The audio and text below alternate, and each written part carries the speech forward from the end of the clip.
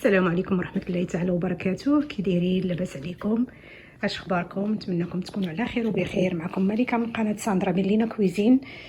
مرحبا بكم معايا في فيديو جديد ووصفه جديده ان شاء الله. بطلب من بعض الاخوات بعد ما نزلت الفيديو ديال المانغ، بزاف الاخوات طلبوا مني الوصفه ديال الحامض مصير بالطريقه المغربيه، فان شاء الله غادي ندوزو ان شاء الله اليوم باش ندير الوصفه او الطريقه ديال الحامض المصير. خليكم معنا ان شاء الله وندوزو للطريقه. بالنسبه اول حاجه غادي نقوم بها هي نكب الماء طايب كيف كتشوفوا. هذا الماء طايب وغنزيد عليه واحد نص كاس ديال الخل. هذا الماء طايب هذا هو اللي كيخلي انه القشره اولا ديال الليمون ممكن نستعملوها في الوصفات، ما كتبقاش لينا مره. ثاني حاجه كنعقموا الليمون، وثالث حاجه الا كان ناشف كيعطينا الماء. غنزيد واحد نص كاس ديال الخل وغنخلي هاد الماء حتى يبرد عليه ونرجعو من بعد. خليكم معنا. بعد ما برد لينا الماء وقدرنا اننا نمسوه بيدينا صافي، كناخذ القرعه. ما غنقولش لكم اني كندير الماء في الكوكوط وكنخليه حتى يطيب ولا هذا، لا، كناخذ قرعه هكا مغسوله ونظيفه، كندير فيها الخل بحال هكا، كنحاول اني نقلبها هكا، نديها ونجيبها بحال هكا. شفتوها؟ كنحط القرعه هنايا بسم الله. بعد ما عقمناها كنخوي هذاك الخل من القرعه، كنحطها على جنب وغنبدا نشف دابا في الحامض. كملت الحامض في المسيح، حصلنا عليه هكا، شوفوا كيبرق ما شاء الله، ما بقى فيه حتى شي حاجه شوائب ولا شي حاجه. دابا غندوز ان شاء الله باش نقطعو ونديرو في القرعه. كناخذ القرعه وكناخذ الحامضه وغندير فيها. انا غنحاول ما امكن. هانتوما غتشوفوا الماء اللي غادي يبدا يقطر بفعل هذا، بفعل هذاك الماء طايب اللي درت، غادي داك غادي يولي يخرج منه الماء بسرعه. خصوصا الحامض الا كان عندكم ناشف تيكون يعني كيطلق الماء بزاف، يعني كيولي داك الجوس ديالو.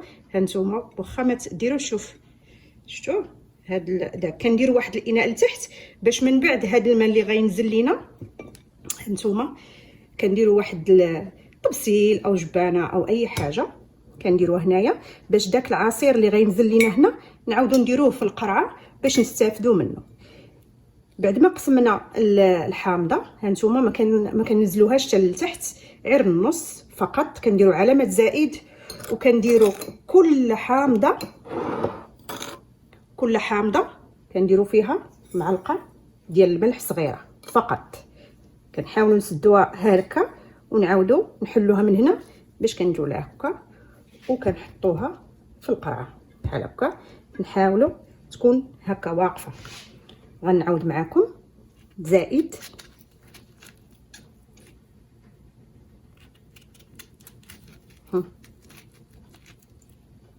فقط. يعني المساله سهله. بعد البنات تيقولوا راه كيخمج ليهم، كيخمج لانه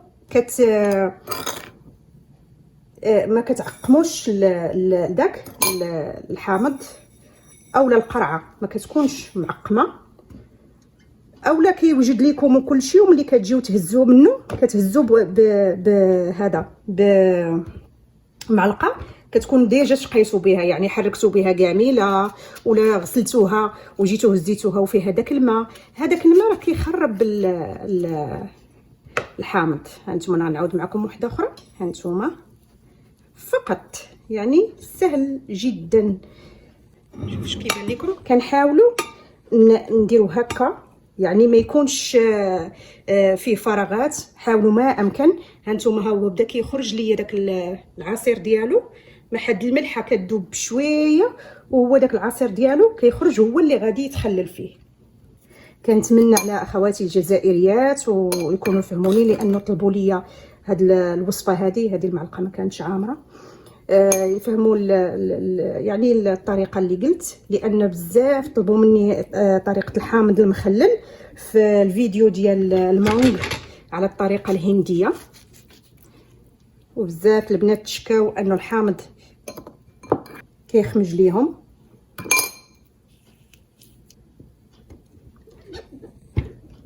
انا راني درت داك كان عندي وما كنت صورته، صيبت الوصفه وما كنت صورتها. ها البنات ما فيها باس نعاود نصايب قرعه اخرى ماشي مشكل. انا كيدي ليا من العام حتى العام. بقات ليا ندير هاد الوحده هادي، نحاول ندير معلقه صغيره.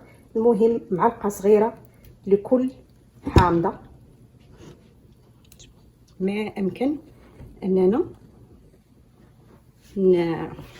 نزاحموه مزيان مزيان مزيان. بعد ما كملت القرعه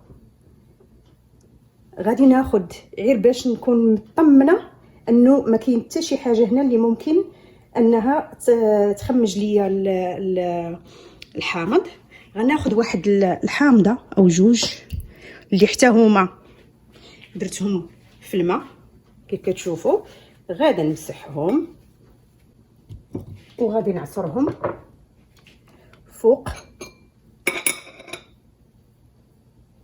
غادي نستغل هاد المليحه اللي بقات، غندير نعصر عليها واحد جوج حامضات، وغادي نخويها من الفوق بحال كنعقم هذاك الفم ديال القرعه اللي مسيتو بيدي، والحامض حتى هوايا صافي. ماشي بالضروره تكون الملحه، انا حيت بقات عندي شويه الملحه هنايا فقلت نستغلها ما نضيعهاش. صافي دابا اش غنديروا؟ غادي نسدوا القرعه ديالنا وغادي نحطوها نهار كامل. الغد ليه غادي نقلبوها. انا غنوريكم في القرعه الاخرى 28 يوم وتشوفوا ان شاء الله. باقي ما وجدش ليا ولكن تشوفوا ان شاء الله كيف ولى. خليكم معايا ان شاء الله نرجعوا باش نشوفوا كيفاش الحامض ديالنا بعد 28 يوم صار. كيف قلت لكم هذه القرعه اللي يلاه درت دابا ممكن انكم ديروا فيها ورق سيدنا موسى، الفلفله حاره، اي حاجه نتوما كتبغيو النكهه ديالها تكون ممكن ديروها. انا كتعجبني نخلل الحامض وندير معاه ورق سيدنا موسى. نتوما هادي كان نهار هكا ونهار كديروا ليها هكا كتبقى هكا، باش حتى الفوق حتى هو كيستافد من هذاك العصير وكيتخلل ماشي هذا كيطيب قبل من هذا، يعني هذا كيتصير قبل من هذا، كيتصيروا كلهم. كتبقاو ديروا هذه القضيه هذه عي يومين 3 ايام صافي، ومن بعد كديروا القرعه هكا كتبقى هكا. هذا غادي نحلو معاكم، باقي ما عمرني ما حليته كيف قلت لكم، باقي ما وصلتش عليه. ف انا باقا ما حليتش عليه، ف باقي ما وجدش كيف كتشوفوا هانتوما. انا ما غاداش نمسو باش نردها، هذه عيد ضربه كاينه في هانتوما. كيجي رائع اللون ديالو، ولكن ملي كيفوت عليه عام راه اللون ديالو كيولي كنقولوا حنايا كيولي حيل. خليوني غنوريكم وحده ديال حامض عندي دابا اكثر من عام. هذاك الحامض مخليه انا غير الطنجيه، فهذا باقي ما وجدش، باقي شويه. نوريكم ان شاء الله الحامض اللي فات عندي العام ومخليه انا على قبل الطنجيه اللي كنقولوا ليه الحامض المصير الحيل. غادي نردها وما غيوقع والو، لانه هاد الفرشيط هذه نقيه ما مسيتها حتى بشي حاجه. وغادي نسد عليها عادي، وغادي نسد عليها هكا عادي ونخليها على جنب. خليكم معايا ان شاء الله باش نوريكم الحامض المصير اللي حايل.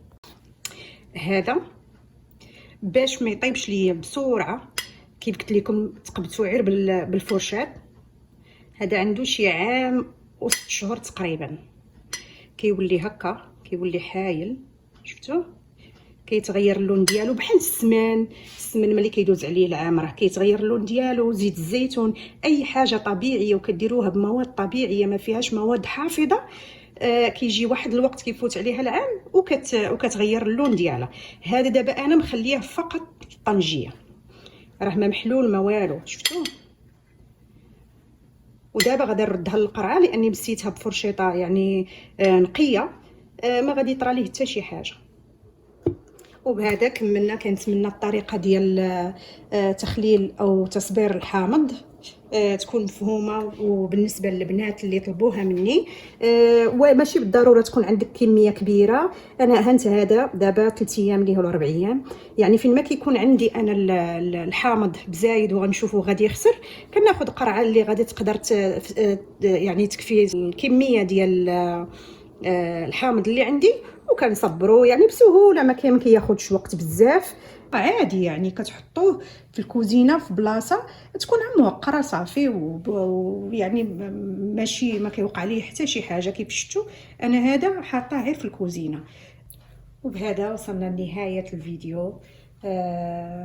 كيف كتشوفوا الطريقه سهله، ما فيها لا تعقيدات لا والو. فقط كنحرصوا ان الحامض ولا القرعه ولا الادوات اللي كنكونوا خدامين بهم يكونوا معقمين.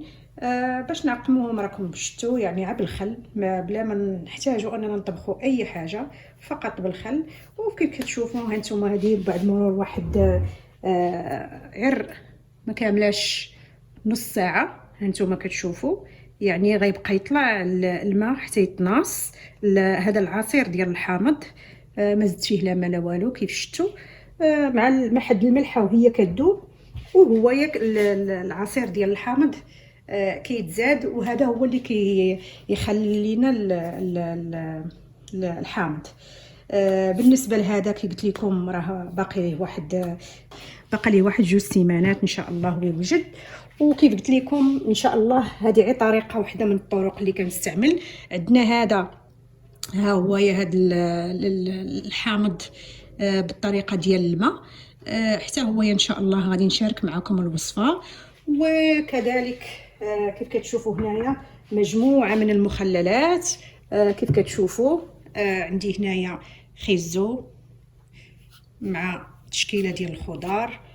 ان شاء الله غنشارك معكم هذه الوصفات كلها كديروها في الدار بدون مواد حافظه وعارفين اشنو فيها، خصوصا الا كانت الخضره طبيعيه. فكنضربوا عصفورين بحجر وكناكلوا شي حاجه اللي عارفين اشنو فيها. وبهذا وصلنا لنهايه الفيديو. كانت معكم ملكه من قناه ساندرا ميلينا كويزين. خليتكم على خير، والسلام عليكم ورحمه الله تعالى وبركاته.